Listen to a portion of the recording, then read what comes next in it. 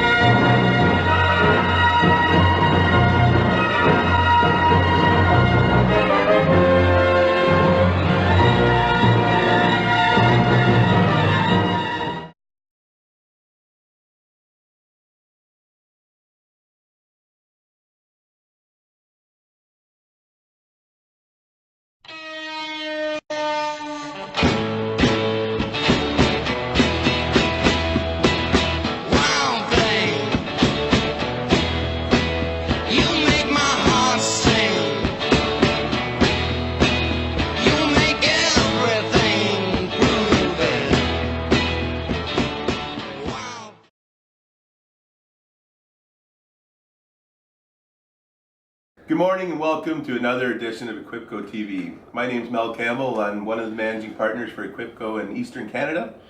Today we're going to be interviewing your two co-hosts, Matthew Reed and Adam Hedden. We're going to talk about how this little TV show came about and what we're doing in the future to kind of promote the industry, promote the people in the industry, and you're going to learn a little bit about our two co-stars. Thank you very much and stay tuned. And now, introducing the hosts of Equipco TV, the show that's larger than life, Mr. Matthew Reed and Mr. Adam Hedden.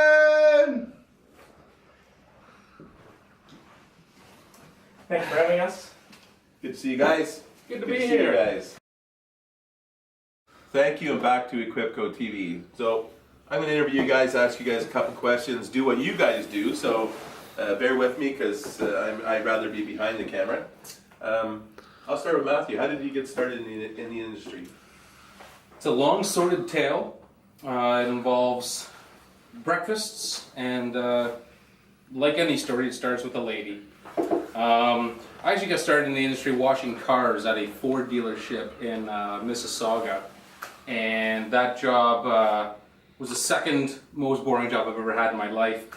So one day a guy came in with a Ford Astral van, and it said, like, I can't remember at the time now, it was like Pete's Heating and Cooling. We got to chatting about this and that, and I told him that I didn't really enjoy what I did, and he said, hey, well, I know that this wholesaler is hiring for someone to work around the warehouse sweeping floors.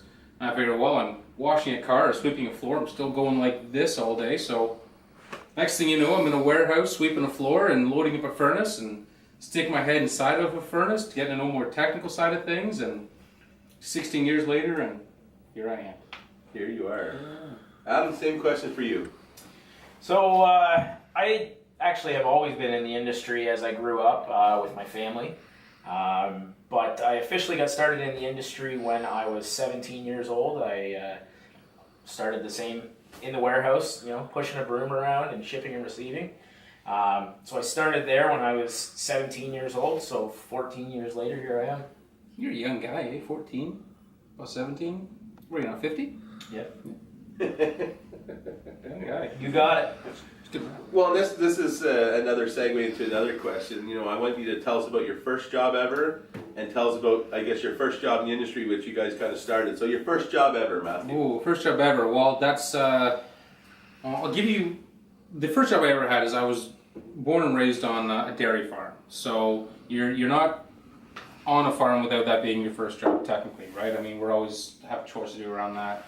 The very first job I ever got paid for was either one of the two. I was either working at an information booth on Manitoulin Island or was washing dishes at a restaurant. I can't remember which one was first, but they were both as much fun, where you could just have as much fun with all the tourists as you wanted.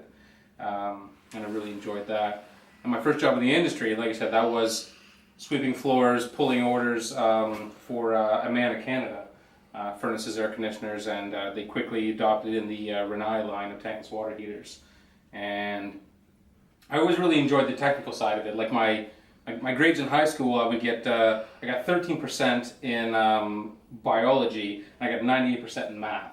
Wow. So quite the spread there. I always really liked the math, so the technical side of it, I really enjoyed that. So when I was in the warehouse, getting more technical and more advanced in that side of things, I was really drawn to that part of it. So that's why I kind of stuck with it. Awesome. So same question for you, Adam. So my first job ever was I was a hockey referee and timekeeper. So I was about, I would say 12 years old. I would keep the time and the score for the hockey games, and then as I grew 1 to 2 years older, I actually reffed the games for little kids, little tykes and stuff like that. So that's probably about as Canadian answer as you'll get. And then my first job in the industry was actually at Thermal Resources in London. Nice. I started at the shipping and receiving, pushing the broom around, learning a little bit there, with that being the family business. And then I switched from there, went back to school, and I ended up at Amray Supply after that. For 2.5 years, I was the sales rep there on the counter and that type of thing. So that's kind of where I started. And this hockey game that you referee, like hockey is a game played on skates, yes? You couldn't be more right. I know this now.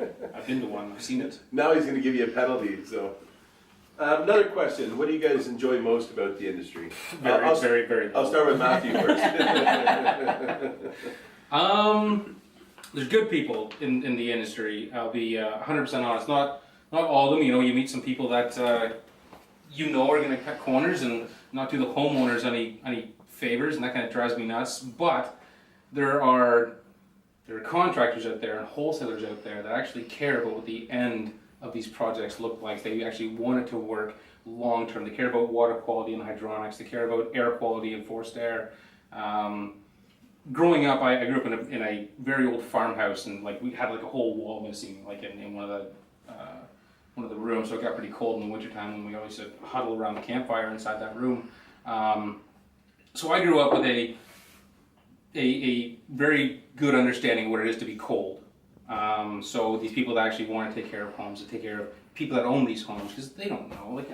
You don't know what you don't know. So the guys that are good, the folks that are good, the companies that are good, they're the best thing about this industry. People that care. I love that answer, because that's one of the reasons that we're in this business, is because our industry, it's not, huge, but it is about people. It's about relationships. If people say it's not just relationships, then I think you're wrong. Our business is built on trust, relationships, and good people in the industry. And like you said, there's a couple bad apples, but every industry has bad apples. So I really like your answer. What do you like about the industry, Adam? Matthew nailed it on the head there, but I would have to say, it is a big industry, but it's a very small industry at the same time. Yeah. We're almost like a family in some sort, where you go to these trade shows and that type of thing, and everyone knows everyone, even the competitors. Everyone's friendly. So I like that about it. I also like that you're learning something new every day. You never stop learning.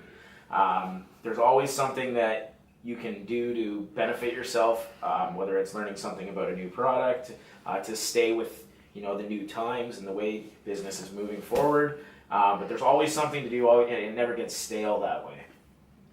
Great answers. I agree with both your answers. The next question, and some of these questions were coming in from some people who have subscribed to Equipco TV, but how's the industry changed since you started your careers in plumbing and HVAC? Well, when I first got into the industry, the mid-efficiency furnace was something that you could still buy. After a couple of years, the 95% came out, and then the 95 variable came out, and I was like, wow, furnaces. I can't wait till I grow up and own a house. I can't wait to at the time I wanted to put in a Mana furnace, 95% in there. And then the ECM motors came out, and I was like, wow, this is the greatest thing that's ever been. And then I found out about hydronics. I'm like, wow, this is the greatest thing that's ever been. So I haven't seen a ton of changes, but I get that there are a lot of changes that happen year after year. One of the things that I've really noticed, and took me a while to actually figure out what was going on, why the mid-efficiency went away and why the ECM came in, was you can hate this answer all you want, or you can love it all you want. Government overreach in our industry has changed our industry dramatically. I agree. Be it for the good, be it for the bad. You can pick whatever side of that fence you want to be on. But to me, that one is the overlapping entity that kind of directs us all into change. Great answer, because the technology is part of your answer for the industry changes, and you're right. I mean, R22 to R410A, some things have been changing quite drastically. So what do you have to answer on that one, Adam? The biggest thing that's changed since I started is I was coming in right when the internet was changing things. So I saw back when, you know, people did the old school way of advertising, you know, on radio commercials or TV, which still used today, but the biggest way to promote things now is social media. Exactly why we're doing this show. So the amount of change I've seen just from social media alone is night and day from the time I entered to the time we have today. I mean, you can go on and reach, for example, one of our videos hit 30,000 views. Right. There's no way you could do that, you know, back when I was 17 years old, 13, 14 years ago.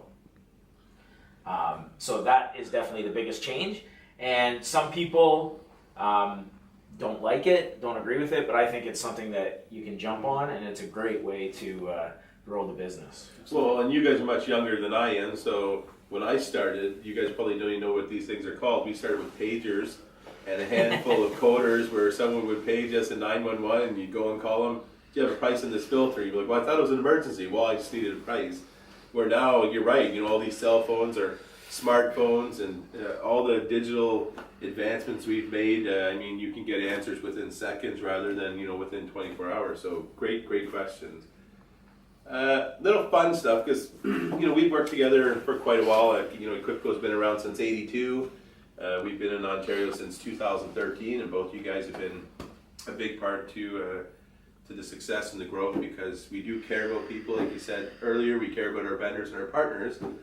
But the other thing that we care about, or one of the questions that were asked from some of our viewers, because they want to know, because you guys have been at all ends of Ontario so far, is what are some of your favorite places to eat in Ontario? And I'll start with you, Matthew. Ooh, favorite place to eat in Ontario.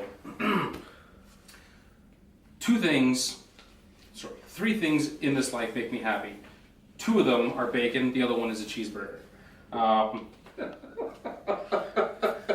I am, as you folks know, Adam and I travel together a lot, and we have a rule when we're on the road, no chain restaurants. I'm not saying we're not knocking them, we're not having anything against them, but we like to kind of travel around and try different things outside of that standard realm of, like you said, the chain restaurants. Support local. So any place that makes a good breakfast, mom and pop shop, little breakfast. The key to that breakfast, believe it or not, is not the bacon, it's actually the potato. But a good breakfast joint anywhere across Ontario that makes a good potato, I'm all in, 100%. Nice. And for you, Adam? Well, Matthew nailed it on the head. When we're traveling, we don't hit the franchises, the chains, that type of thing. We try and hit the, you know, family-run businesses, the local shops. That's our one rule. The first place that came to mind when Mel asked us this question was, there's a place in North Bay. Matthew and I like to go there, and it's called Greco's. And it's this little Italian shop. Yeah. And they make pizza, pasta, you name it, they make it Italian. And their tomato sauce is homemade. It's amazing. You can sit in there and you can eat your dinner. You can take it out, and there's this little Italian nonna in there that will scream at you while you're eating, and it's awesome. I love it. So right. it's hands down. I was just talking to Matthew about going there on our trip at the end of the month up north, and I said we have to go to Greco's. It's just built into our trip. Well, I think since we're giving a plug to Greco's, I hope she doesn't yell at you this time while you're eating in the restaurant. Yeah, I like when she yells at me. Me too, it was funny. It's tough love. You know what? One of the episodes that I'm getting excited for that we've discussed is when you guys go into the Ottawa area, you're looking for, there's so many chip trucks in Ottawa. It's something we don't always see here in the GTA, but you guys are going to start asking contractors or asking wholesalers or engineers, where's the best poutine in Ottawa? Yeah. Well, I'd like to offer something. So for anyone that emails our show, and what's our email, Adam? It's EquipcoTV at EquipcoLTD.com. You'll see it on the bottom of the screen here. So anyone who emails us, I guess, a little bit of some information on what your favorite poutine truck is, or where it's located, or what it's called. If these guys go out and try it and they feel that it's number one, we will give a free set of tickets to an Ottawa Senators game. So Nice. stay tuned, and with that, we'll also give you another gift prize. Maybe we'll throw in another Nest Protect as well. So again, if you guys send these guys a little email on where you feel your best poutine truck is, we'll make sure that they try them. We'll have a prize for you if you guys do get picked. Here's another question that was sent in that you guys asked some of your interviewees as well, is when on the road, what is your go-to tune that inspires you while driving? What's that song called? You know what I'm talking about. What is I'm that a Baby song Girl, called? that one? Hold on, I gotta look it up because I forget. I'm the Too name. Oh, it's Sexy called for My Shirt. it's called Bingo Players. Where is it here? Yeah, we there's this one song that I'm not supposed to like because I'm a late Number 90s, One early Disco, 2000s. it's called. Number One Disco Bingo Players. Yeah, here we'll play it quick here for you. This what we crank in the truck. So is this Matthew's go-to tune, or is This what is you're probably gonna- Matthews. I got a couple others. Yeah. It's actually a tie between this and Call Me Al by Paul Simon. Nice. Respect forever. Nice. What's your go-to tune, Adam? My go-to tune would be Boot Scootin' Boogie. So I have to say, just because Matthew loves it so. So I take it you're a big country fan then. Yeah, definitely. Like country. I like all types of music, but I definitely like country for sure. Nice. And Matthew hates it, which makes me like it even more. Okay. I'm a metal guy at heart. Metal for life, but yeah, he's got his Boot Scootin' Boogie and his Sudbury Saturday Nights. Actually, I don't dislike that one, but yeah, he's got some real gems in his iMusic library there.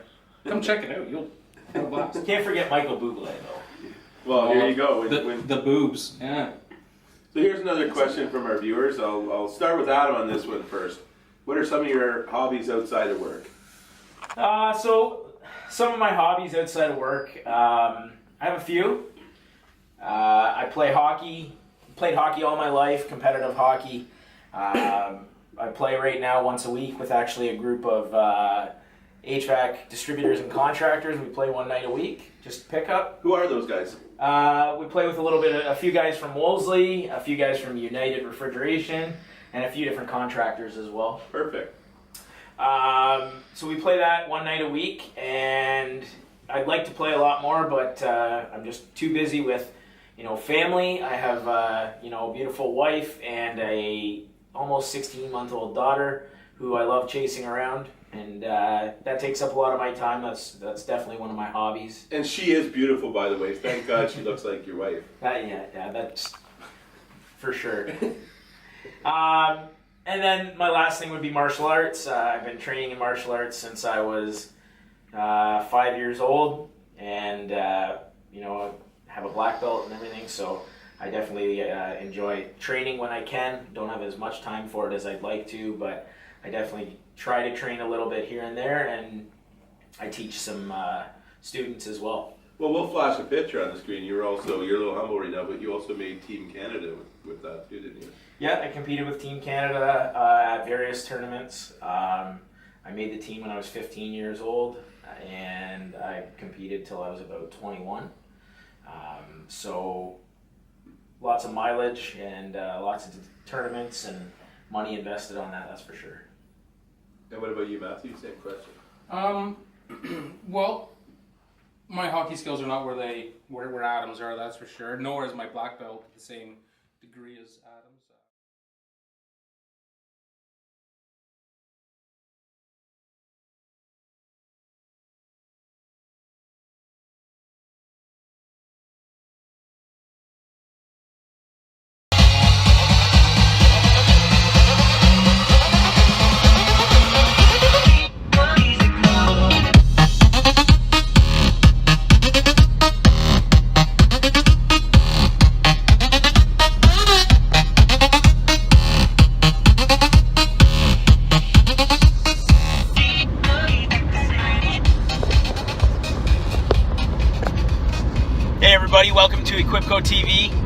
I'm Adam.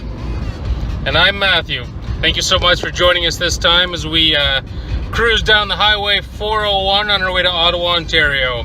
Time right now is about 6:34 p.m. with us arriving into Ottawa at about 10 to 9, so it's going to be a long afternoon haul for us.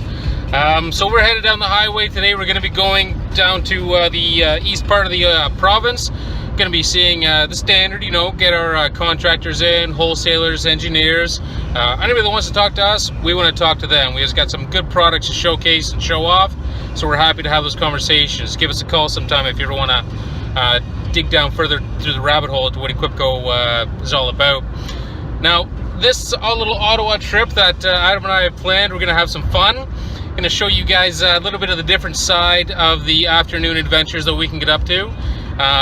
It's not all yoga pants. Sometimes we have a little bit of other fun as well. So don't go anywhere. Stick around. We're going to have you some fun in Ottawa, Ontario this time. Check it out. Hey guys, Adam here.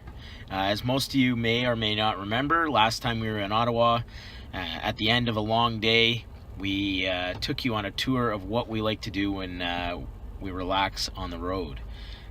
We took you to Parliament Hill where we were doing our Equipco yoga. And today we'd like to do something a little different. This is gonna get wild.